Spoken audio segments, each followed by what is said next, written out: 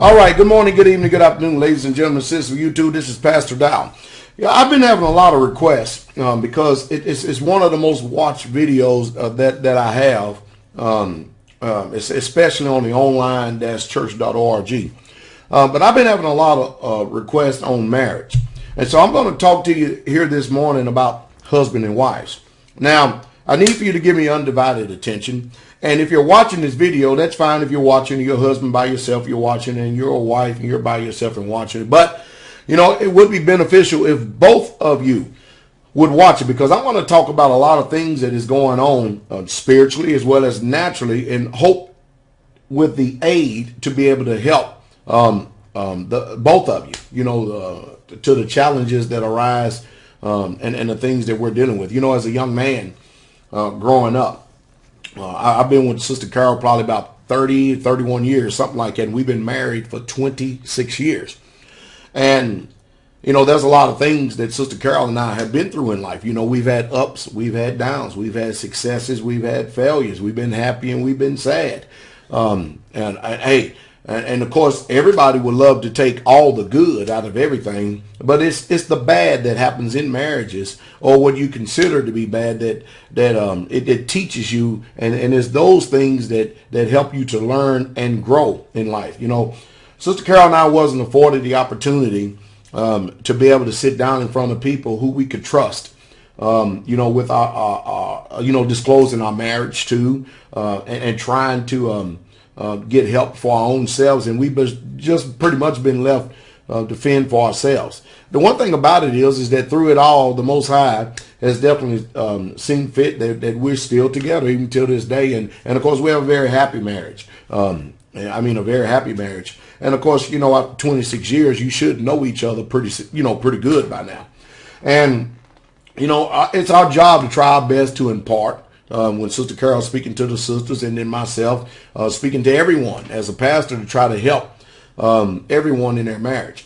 So I got a few things I want to talk to you about this morning. I hope that you consider what I say, because I know that there are challenges that are presented to both sides of the fence. So I want to do my best to do what I can as a pastor, especially if you receive me as your pastor, to help you out in life. So we're going to go over a few things here. Now, the one thing I've learned over the years, the reason why most marriages fail, and we're not coming from the perspective that a marriage is a failing. We're just dealing with things that causes a lot of distress, a lot of trouble, a lot of problems in marriage. But the one thing I've learned over the years, the reason why a lot of marriages has failed is because of the lack of communication. If there's one thing that I preach and teach, is communicate, communicate, communicate, communicate. What both parties have to do is they both have to be, first of all, number one, willing to sit down across from each other and then listen exactly to the challenges that goes on in the individual's heart. And you must listen, because too often marriages, when the husband or wife, they're sitting down, they're speaking to each other, if they do, if they're doing it at all, the other spouse usually is taken as an attack upon them. And that's really not the case whatsoever at all. You got married, and you're married for a reason, because you love each other, not because you're there and you want to terminate the marriage, or you just want to leave this in a disarray and just be miserable for the rest of your life. But you must communicate, communicate, communicate. And then number two, when you sit down to communicate, or if you're alone in your home and stuff, you have to learn how to not wear your feelings on your sleeve. You know what I mean? Because suppressed feelings and suppressed emotions will drive you insane. As a matter of fact, it will cause you to respond. It will cause you to lash out in anger at your spouse. Now, mind you, when you got married, remember, you're married because you love each other, and the intent is you're going to spend the rest of your life together. Not so you can have an unhealthy relationship with each other, but you know just as well as I do that if we suppress our feelings, suppress our emotions and stuff, and we don't communicate with each other, and not doing it in a way that we're accusing each other, that we're ultimately going to end up communicating through fussing, through arguing, and through fighting, which is very unhealthy. And of course, what people are going to do, they're going to defend their position, they're going to defend themselves. All right, so there's no such thing like this world is trying to teach everybody out here as irreconcilable differences. And I mean, take a look at the root of that word right there, ill. The problem is because somebody or either both parties in the marriage are literally ill at each other. It could be something that's so small as leaving the socks down on the ground or something, or she doesn't do exactly what I says. I mean, it could be something. I mean, but if you do not communicate, how can your spouse know what's going on? Now, remember, when you do sit down and communicate, remember, it's not you against him or him against you. It's not husband against wife or wife against husband. Remember, you're a team. You're in this together. And what you're trying to do is make sense of all these thoughts that lodge in the mind that eventually will play out in our lives if we don't do something about them. And we need to try to make sense, because whether people want to understand it or not, Pastor Dowell is not going to, I'm definitely not going to admonish you. I'm definitely not going to direct you to go to one of the so-called experts here in life who's been divorced and remarried 3 or 4 times and has got a PhD, and he still don't know what he's talking about because he can't even live what he's supposed to be a quote unquote expert in. No, I believe that you should get your advice from someone who has literally been through the fire, has been through the highs and the lows, and we're still here. And that's not to say, because I know that many times when people are married or divorced, that's not to say that you didn't try or the other person didn't try. My only job here is to try to give understanding. I'm not here to down anyone whatsoever at all. I'm here to make sure that you're successful from this point on. All right, now let's deal with the situation with men coming from wives, men going to wives. How about that? We're going to deal with that situation for a moment, all right? Now, when you look at the situation with men and wives, all right, the men dealing with the wives, all right, you do not do what your husband asks you is going to cause a lot of problem, women. I mean, it's really truly going to cause a lot of problems, because spiritually what you're doing is, and subliminally what you're doing, you're challenging his authority. Because, you think about this. When you look at every situation, you can't have 2 heads in one family. And I know that today's philosophy of today, they want to try to say that we're all co-equal and we're walking together and stuff. But when you read the Bible, if you use that as your authority, the Bible clearly says that the husband is the head of the wife. I mean, even out here in the world, when you're dealing with corporations, you have a CEO. You don't have 2 CEOs. You only have 1 CEO. When you have a king of a country, you don't have 2 kings. You have 1 king in that particular country. You can go on and on and on. There's only one God. There's not no 2 gods. And so even in the home, there has to be 1 head and 1 head alone. And that head is responsible for the upkeep, and that head is responsible for the serenity, and that head is responsible to make sure that home operates very, very smoothly. But you can't continue to keep going around and ignoring, sisters, what your husband says, because it's going to challenge his authority. And of course, then what that's going to do? That's going to turn around and it's going to put thoughts in his head. It's going to put thoughts in his mind. It's going to challenge him. And then he's openly going to build up a wall. And then he's going to openly be in defense of you because he feels like that you do not respect him. Now, I know that these are a lot of unpopular things that people don't want to hear, but nevertheless, remember, we said earlier, we're not going to wear our suppressed feelings on our sleeve. And one thing all of us need to get past is we want so bad for the other person to hear us that we don't even take time enough ourselves to slow down and actually hear what the other person is saying, because we're too busy conveying our pain. We're too busy conveying our thoughts. We're too busy conveying our concerns, and we don't have time to listen to the other person. And a marriage simply cannot work in happiness when it's all about you and it's not about the whole. All right. Now, remember, if he begins to question if you really do love him or not, because that's what the Bible teaches. The Bible teaches that the wife should be in subjection to her husband. Matter of fact, 1 Peter 3:1, and I'm going to quote it right here. It says, likewise, you wives, be in subjection to your own husbands, that if any obey not the word, that they also, without the word, may be warned by the conversation of the wives. Now, that word subjection means to be put under, to submit oneself, to obey, and to submit oneself to another's control. And that's the role that the wife should be in. And mind you, a lot of times when we receive the philosophies of this world, it's just not going to work in a Hebrew marriage. It's literally, truly not going to work. Because when you hear, and you have to be careful about what you allow to come into your ears too, because, all words and all manner of communication enter into the mind is not healthy communication, and it's not going to be for your good. But, you have to be willing, sisters, to trust and submit to that man so that his authority is not challenged, so he doesn't feel like that you are a physical threat to him. Now, men, on your part, all right, when you're not providing for the house and when you're not doing your role as the head, you make it very difficult for your wife to submit to you. Oh, yeah. Now, you know how it goes. If the wife is resisting or something, the first thing we want to do is tell her what she needs to be doing. Of course, and then the wife, the first thing she does is tell you what you're not doing. And what we have a crossroads right here because both parties are right, but yet neither one of us are submitting to biblical terms. And when we can't do that, all we're going to have is what you call a tyrannical dictatorship, and nobody's going to submit to that at all. And I've watched relationships over the years, literally over the years. I sit and watch them just literally be destroyed simply because the husband will not take care of his responsibilities as head of the family.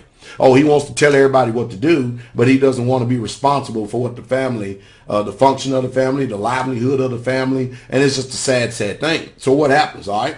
Men, when you do not fulfill your role as head of the family, because the wife has a nurturing spirit. She has a very protective spirit by nature, especially of the children. Are you following me? She's not about to let this ship go down. And since she's not about to let this ship go down, you know what she starts to do? She starts to take on the load of responsibility that you should be doing. You yourself. And it's a challenge, especially in this environment we're living in right now. I know that jobs are scarce and it's getting tough. It's even getting rougher. But I tell you what, men, it is a serious challenge to the wife, to her mind and her conscience and her spirit. When you are not the head of the family, you are not leading the way. She's the breadwinner. She's the one that after she's winning the bread, she's coming home and still has the responsibility of taking care of the children. And you're sitting down watching TV or playing video games and all this stuff. This just simply is not going to work. And ultimately what's going to happen is that she's going to end up getting tired, literally tired. So, hey, if she starts to take off the load from you, which you should be having, and you start to give direction to her in the family, are you following me? She's ultimately going to develop an authoritative spirit. And you know you're going to resist that because, men, you're running on high testosterone. Now, the lazy, irresponsible husband, what you're going to do is you're going to resent the wife taking authority from you when you've actually, in essence, give it to her. Then what happens? Well, the wife is tired. She's been carrying the load too long, and then out comes the D word. You know, I want y'all to remember something.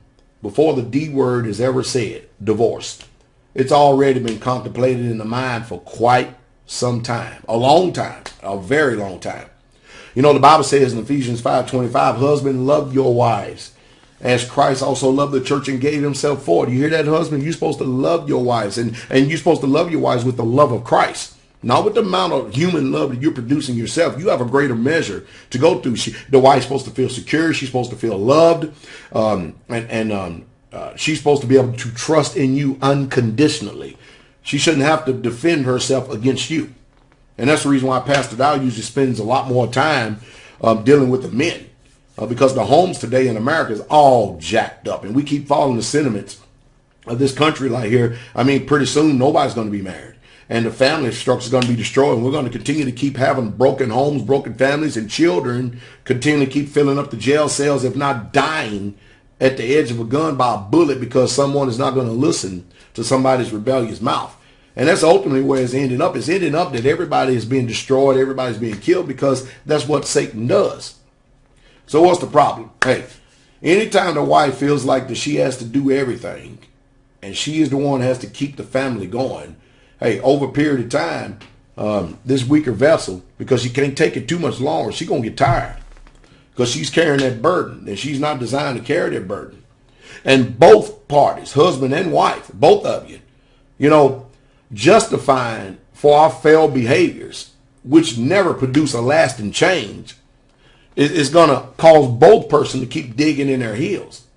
You know, it's amazing. If one person tries to correct the other, husband, the wife, or the wife tries to bring something to an attention to correct the husband, first thing we do is we justify our behavior, all to stay in the same old way to protect ourselves and guard ourselves from correction. And we never still get any better. You know, the ideal is communicate, communicate, communicate, communicate, because a lot of times when the husband and when the wife are trying to communicate to each other, a lot of times we're developing ideals because of thoughts that are already in our minds and the feelings that we're feeling. We're already developing ideals in our mind to actually make our husband or our wife an enemy, when that ain't nothing but the devil. That is nothing but the devil. That's not really truly you. You did not get married. You not love each other so you can spend the next 5, 10, 15, 20, or 30 years arguing, fussing, and fighting each other. The problem is a lack of communication. I'm going to tell you what the problem is in church. You can have a dysfunctional home, a broke home, and either one or both of the parties refuse to submit to godly counsel. I don't recommend you going out here to so-called professionals because they ain't no good themselves. And then, or you either have one of them that they want a solution. They want to get this thing done, but then you have the other one. And usually it's the men that do not want the solution, especially when they're guilty. They're not going to change, but they're guilty. They don't want to sit down because that communication, them weakness. I don't want to go hearing from another man or nothing like that. And that's the problem right there. And that's the reason why the family's all jacked up right now, because of your pride. Because you can't be told anything. And it's a sad thing. I mean, after all, I think I think I'm actually in a perfect condition to actually give counsel on marriage since I've been married for 26 years. And my mother and father before me has been married over 50 years. And I'm not saying because people have been married and divorced and stuff that you should feel bad, because you openly cannot control what the other person is doing. But I do know this, men, that women get tired, and they get tired. It takes them a little time to get tired. You see, they're with you because of a soul tie, but they ultimately get tired when you don't take care of your responsibilities. And the next thing you know, it will end up in separation. And I'm gonna give you the steps of it too. First, you stop communicating. You're very careful and you walk on eggshells in the house around each other. Then if you got a big home, then the wife is sleeping in a bed and the husband is sleeping in his own bed. And then that goes on for a little while. And then the next thing you know, you're not having sex in the marriage anymore. As a matter of fact, when you even see each other, you feel that eerie, irritable feeling and stuff. You get to the point where you detest each other and you don't even want to even be around each other. Oh, on the outside, when you get around people, oh, it looks like you're the most happiest couple in the world. You're really true, but behind closed doors, it's a literal hell in that home. And the devil is whooping the fire out of you. And again, if the devil is in the house and in the home that tough and that hard, I believe it's the man's fault. Because you are the one that is required to dwell with them according to wisdom. And that's all there is to it. And sometimes that means that you have to know how to be able to communicate in such a manner that you'll be able to accomplish a successful outcome. And sometimes when the wife is just not going to submit to biblical terms, that means you have to humble yourself and actually learn how to use wisdom in that particular area. Not humble yourself so much as to her, even though you should be submitting yourself one to another. Wife, you should give your husband a chance. You really should do that. You really shouldn't just voice everything that is in your heart. You should try to communicate. You should try to communicate, think within yourself and see what's going on before you even bring it to the table. I mean, one of the greatest and biggest obstacles is that we refuse to actually hear each other. Well, I can tell you that bitterness is in the air. And when bitterness is in the air, it's progressive. It goes through stages. And of course, then the last stage of bitterness is death or separation. And ultimately, both people are going to end up suffering. Then what happens? Well, we look for love in all the wrong places. We never did do anything to improve ourselves or get ourselves better. Then the next thing you know, we move on to the next marriage, and then we bring the same old mess that we had in the previous marriage over to this new marriage. Oh, everything starts out just fine. But then when there's nobody doing any changing whatsoever at all, we bring the same thing. And I see this so many times. Whatever problems you had in a previous marriage, just give it a little time. You'll see those same exact problems come over into the next marriage. And you know the reason why? Because somebody's stubborn, somebody is stiff-necked, somebody is stout-hearted, and somebody is not going to change whatsoever at all.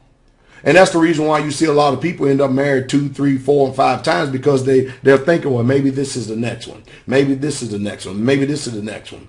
Which, if we could have godly counsel and get it right the first time, I've married quite a few people, and I actually, my wife and I, we talk with the wife, and then I personally talk with the husband, and then I talk with both of them together. And I'm going to tell you right now, I literally do not pull no punches. I let them go into marriage knowing what to expect.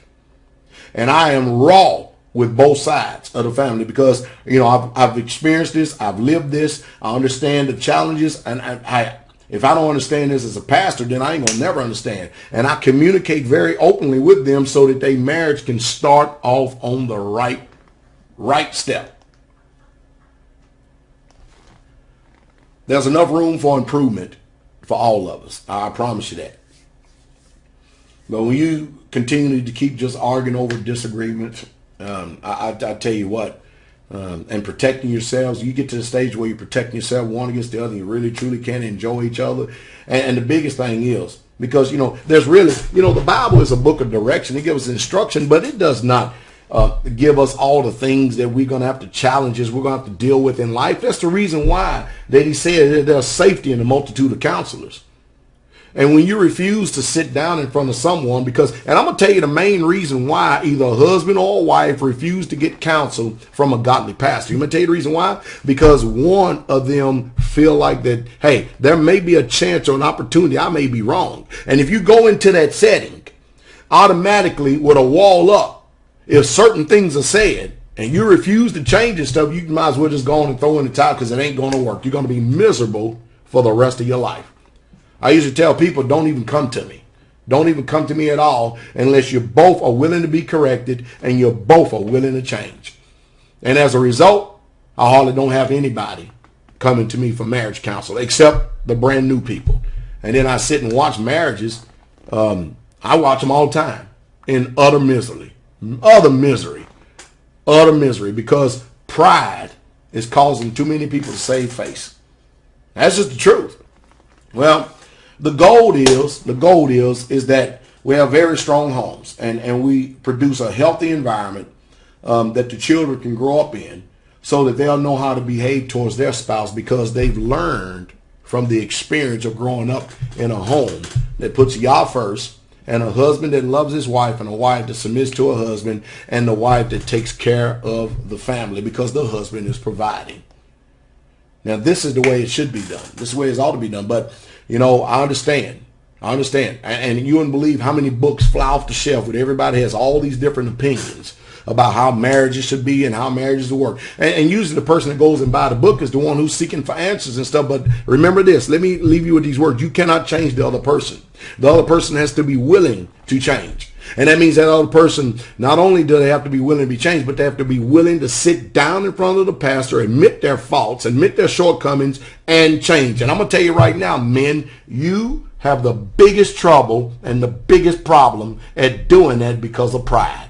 And that's the truth. Most women, they just want change. They want change. They want a solution. They want it right now. Men, they usually dig in their little heels, keep their little pride and stuff, and then the woman ends up getting tired, and ultimately it ends up in divorce. And then one party or other, they're going to tell their side of the story to a third party, and then the other party going to tell their side to the third party, and nevertheless, it still hasn't brought about a solution, though, has it?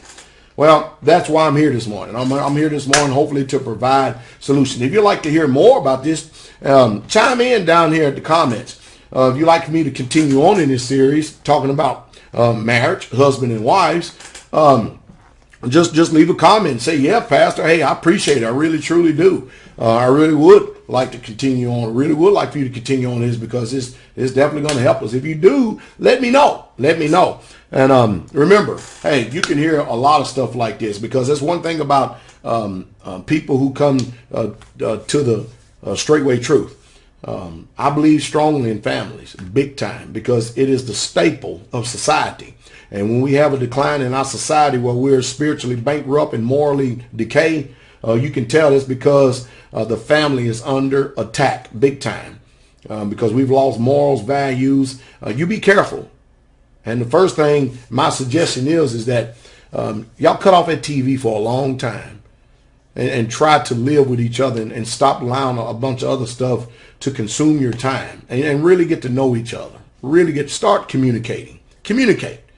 Really, truly communicate. And when you communicate, just be quiet long enough so that you can actually hear the other person and put yourself in the other person's shoes so that you can try to understand. Hey, I hope I've said something here this morning that's going to be able to help you, and you.